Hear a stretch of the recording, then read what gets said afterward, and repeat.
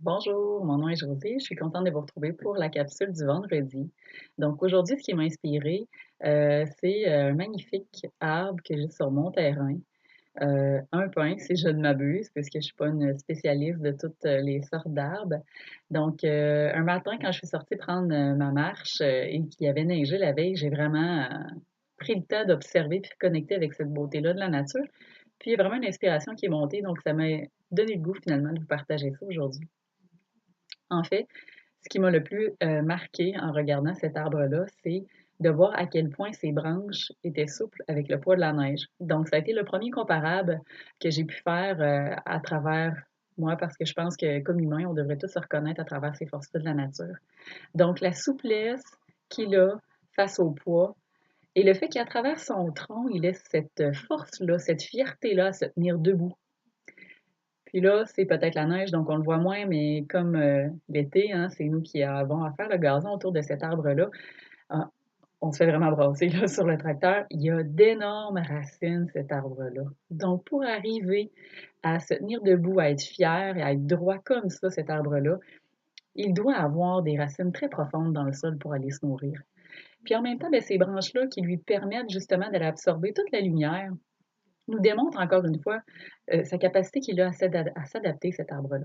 Parce qu'au fond, il est comme nous, l'humain, hein? Vous avez peut-être déjà remarqué, mais il est vulnérable en quelque part parce que lui, il fait face aux intempéries. Il est à l'extérieur, donc peu importe la température qu'il fait, d'une forme ou d'une autre, c'est un peu, je trouve, la beauté et la force de la nature, c'est qu'il a cette capacité-là de s'autogénérer, de se nourrir, puis en même temps de s'ajuster aux différentes formes, climatiques qui se présentent.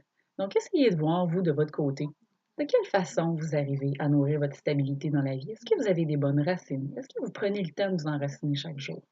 Essayez de voir, vous, là, est-ce que vous êtes une personne qui, dans la vie, est autoritaire, être droit, être fier? Est-ce que vous vous laissez marcher dessus ou bien vous êtes quelqu'un, finalement, qui imposez vos limites puis qui apprenez à vous respecter comme vous êtes?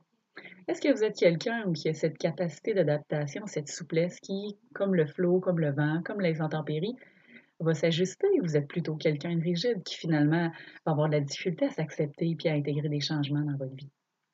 Donc, vous voyez, cet arbre-là, finalement, est qu'un simple modèle, un simple exemple, comme nous, chers humains, ici, forme de vie sur la Terre, qui est là pour expérimenter. Donc, si cet arbre-là est capable de grandir, d'évoluer, de se nourrir, vous êtes certainement capable, vous, à travers votre intelligence puis votre conscience d'humain, d'apporter des changements favorables dans votre vie pour pouvoir être en harmonie.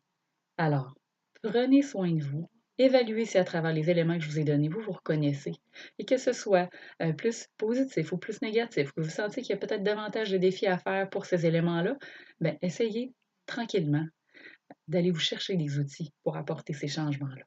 Donc sur ce, moi je vous dis, profitez bien de la nature, belle fin de semaine à vous tous et faites l'exercice, vous allez voir, c'est fort agréable. Au revoir.